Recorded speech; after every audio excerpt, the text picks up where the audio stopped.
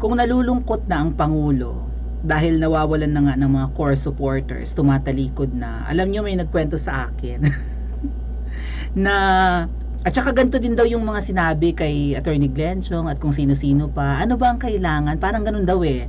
'Di ba yung mga supporters nila na tumalikod na, umayaw na, kinausap naman daw. Parang inaagapan na huwag mo namang iwanan or huwag mo namang batikusin. 'Di ba may ganun nga? So ano daw baga ang kailangan? Ano baga ang gusto? Parang kinausap. Oh, yung kakilala ko, sabi niya hindi na, kahit huwag na. Tinabangan na eh. Parang ganon. Baka mamaya isumbat pa or something. 'Di ba? Marami kasing tinalikuran tong mga to. Sa sobra nilang dami rin ng pinagkakautangan ng utang na loob or something. At saka may mga sikretong mga dilawan na sumuporta sa kanya. 'Di ba? Maraming dilawan ngayon na nakaposisyon eh. Maraming tumulong nung kampanya. I think maraming nagbigay ng dates. Di ang ending yun yung inuna. Tapos yung mga katulad natin mga hampas lupa, dayok-dok, ay huyo na tayo. Kasi syempre kung mga bilyones ang naibigay ng iba, well, sana nga may bilyones. Pero hundreds of millions halimbawa ang naibigay na tulong, ay dapat nila talagang bayaran yan. At marami naman po talagang mga dilaw noon na kunwari supporter ni Lenlen nung nagkulay pink siya, pero ang totoong sinuportahan ito. Oh. At dahil nga po marami silang pinagkakautangan, 'di ba? Or marami silang dapat tanawan ng utang na loob ng mga dilawan at mga traidor yung mga dilaw PBBM eh. Right from the start nabudol ka rin naman, 'di ba? Dilaw yang si ano, 'di ba? PBBM si Dilaw yan, 'di ba? Si Anaconda, dilaw yan. Kung bakit kasi yan pa ang pinili mo. Sabi nga sa pelikulang Martyr or Murderer na, 'di ba? Shout out Lauro. Sabi nga sa pelikulang Martyr or Murderer, dapat dapat kayo na lang ni Claudia ang kinasal. Charot. Sino ba yung Claudia? Sabi na ng pelikula, ito kami sabi nun na. Oh, botong-boto doon yung tatay mo. Ganda-ganda, Diyos. Ayun na. Anyway, silipin natin yung mga, dahil nga po si Miss Maharlika, sina Miss Sas, sina Miss Pebbles, mga dating supporters ni PBBM, at least si Miss Sas hindi bumabati ko eh. So maraming mga supporters si PBBM tumalikod na, including your princess, and nakaka-cause pala ng depression sa kanya. Ba't ka naman sabi ko, ba't siya madidepress eh? Ang media hawak na nila eh. Kung hindi man nila hawak, bakit ang bait, right? Hindi siya binabalahura ng media. Dati ang tawag sa kanya anak ng diktador. Oh, 'di ba? At laging ina-associate yung tatay niya na diktador sa kanya, no? Sabi nga magnanakaw daw yung tatay na Marcos. Yung dating Pangulong Marcos. PBBM na ano ka na eh, na namantsahan na yung inyong apelyido nung ganun eh, na magnanakaw daw ang iyong, 'di ba, mga magulang. Ito na yun eh, ito na yung moment mo para 'di ba, total na clear nyo naman na yung name nyo, like nakabalik na kayo in politics, ikaw nga naging senador na, senadora senador na rin. 'Di ba? Nagbalikan na ang mga Romualdez at Marcos in politics. Pero ito na yung moment mo. Ngayon na 'yan, 'di ba? Ikaw ang pangulo, magpakitang gilas ka. Hindi na namin i-demand na pantayan mo si Tatay Digong or higitan mo. Pero kung tutuusin, dapat ganyan ang gawin mo. Dapat higitan mo rin yung tatay mo eh, 'di ba? Ikaw ang bagong henerasyon. Kung ikukumpara ko po kasi mga ate at kuya, bago natin puntahan yung mga post, silipin natin yung mga post ni na Taning, ni na Miss Sas at saka ni Miss Pebbles. Kumbaga, kung ikukumpara ko yung sarili ko kay PBBM or kahit kayo, 'di ba? Yung kaalaman ko kumpara sa kaalaman ni Papa or ng tatay ko. Although, syempre, mas nauna siyang henerasyon, 'di ba? Mas kumbaga, may mga alam ang magulang ko na mas marami kaysa sa akin, 'di ba? based on experience, kasi mas nauna sila sa mundong to, no? Mundong to, or naunang nabuhay, so mas marami silang experiences, di ba? Ako naman bagets pa, so hindi pa ganun karami ang alam ko kumpara sa kanila, or at least yung alam ko through experience. Pero when it comes to technology, science, di ba, telecommunications, yan, internet, computerization, mas marami akong alam. Itong pagbo-vlog ko, I think hindi naman to forte ng mga magulang ko, 'di ba? Iba yung alam nila eh. Yung alam nila ay yung natutunan nila during their times. So, when it comes to computer technology, internet and communications, ako ang may alam niyan. Kasi inabot ko eh, 'di ba? Dapat ganun din si PBBM. Dapat lamang na sana rin yung alam niya sa kanyang mga magulang, kasi yung alam naman ng parents niya ay kung ano lang yung natutunan nila during their era. Pero siya, dapat mas, tapos sa panahon natin ngayon, lahat ng pwede nating matutunan available online, 'di ba? Available sa World Wide Web, if you may. Kadaling mag-Google kung gusto mo magluto kahit hindi ka magaling, maghanap ka ng recipes, gayahin mo. So, kung tutuusin, dapat mas ahead eh, 'di ba? Dapat mas maging magaling pa tayo sa mga parents natin or sa mga naunang henerasyon.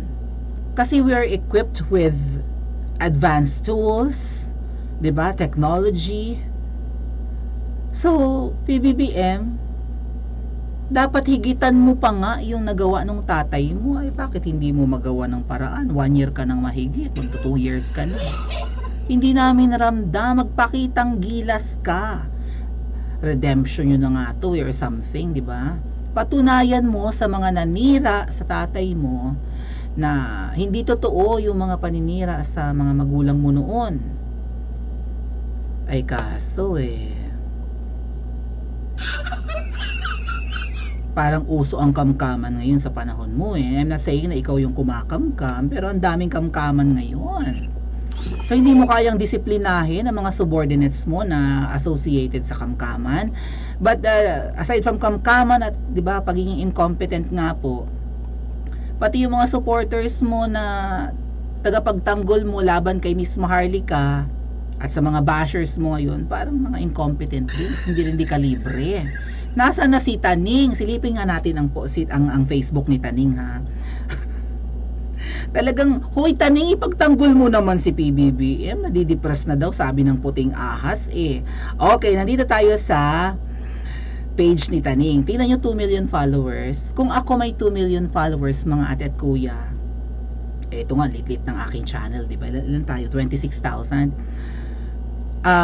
Pinipilit kong maging, di ba, magsumipag or maging responsableng vlogger, kahit na madaling araw nagbo-vlog ang inyong Principesa, at kasi ganun talaga yung ano ng YouTube eh. Dapat constant yung iyong, 'di ba, yung iyong pag-upload or pagla-live, kasi kapag ikay tatamad-tamad sa YouTube, hindi ka ipopromote ng YouTube, hindi ka mapapanood ng iba pang mga naka-online sa YouTube, parang ganyan. Hindi ka isasuggest ng YouTube sa hindi mo subscribers. At kahit subscribers mo pa, kung hindi ka naman malimit mag-upload or mag-live or gumawa ng content, hindi mag-grow ang channel mo. So, biro mo yon, 2 million na nga tapos parang tatamad-tamad. Bakit? Kung Taning, kung totoo yung sinasabi ni Queen Bojakera na ikay paaral ni Kuting at ni Anekwa, ng nanay-nanayan mo na malaki ang aba naman, tumanaw ka naman ng utang na loob, ginukuyog na ni Sas at saka ni Miss Maharlika at ni Pebbles at kung sino-sino pang ni Banat Bay, kinukuyog na nga eh, tapos wala kang pagtatanggol na tingnan natin, baka sakaling may mga post siya, di ba? Dati kasi binojak niya si Miss Maharlika eh, may utang daw sa Capital One dyan sa Anemica, di ba? Malaki daw ang utang ni Miss Maharlika sa credit card thingy. Yun lang ang kinaya mo, Taning. Utang lang ni Miss Maharlika. Wala kang issue na nakalkal sa galing mong yan, sa dami ng connections mo. Feeling ko sa mga followers mong to, baka mamaya followers mo taga Anemica, di ba? Or maybe mga politicians, maybe mga IT experts, ang iba 2 million mga ate at kuya. Alam nga namang puro hampas lupa ang followers ni Taning. Wala bang nagtitimbre sa'yo? Wala ka bang puting ahas, Taning? Oh, si Miss Maharlika na yan, mabaho ang hininga or something. Si Miss Maharlika, ano yan? Maraming lalaki. Oh, si Miss Maharlika may herpes. Ganon. Wala kayong makalkal na si Miss Maharlika na yan, binayaran niya ni Attorney Vic Rodriguez ng milyon-milyon or so. Walang ganon. Wala ka nakakalkal, Taning. Pagtanggol mo, hanapan mo ng baho yung bumabatikos kay PBBM. Kung ikay na pinag-aral, ba't ang tahimik mo? Kung ako pag-aaralin ng kung sino man, kahit papasukin nyo ako sa mumurahing school abroad, tapos yung nagpapaaral sa akin ay may nambabalahura, die. Wait ka lang, ha? Hubarin ko lang ang hikaw ko at magsasabunutan tayo. Diba ganun yun? Silipin natin kung ano yung update kay Diyos ko, yung kalandian ni Taning. Wag mo ang inaagaw yung tisoy na basketball player na yan, akin na lang. Nagpatanggal ng cyst si Taning, nagka-cyst sa mukha. Kina Carmi Martin na ba? Taning ha?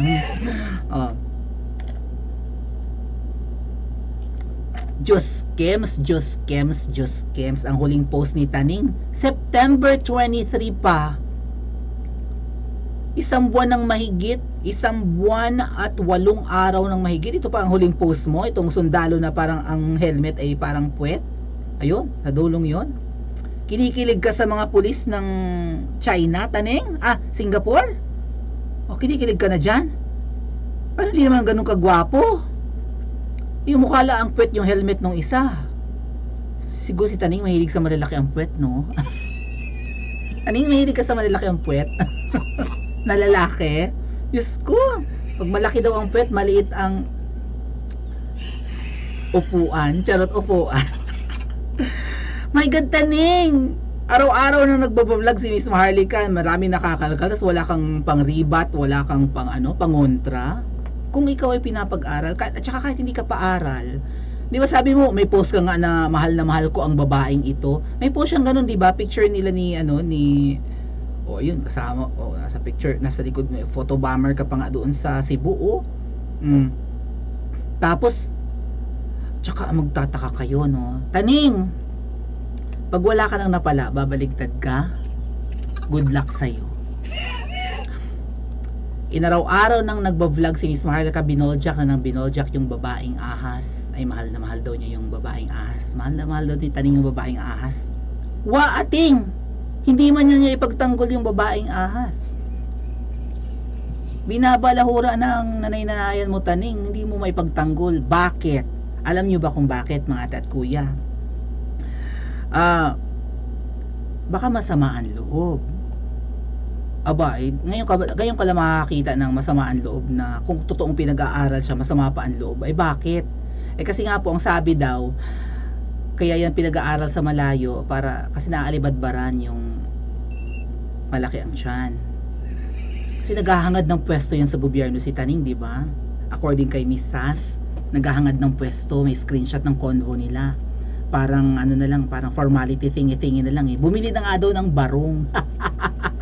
Tapos hindi na tuloy na ma-appoint sa gobyerno. Sa tingin niyo po, kung si Taning ay kung si Taning ay nasa gobyerno, iyan ba ay hindi yan kakamkam?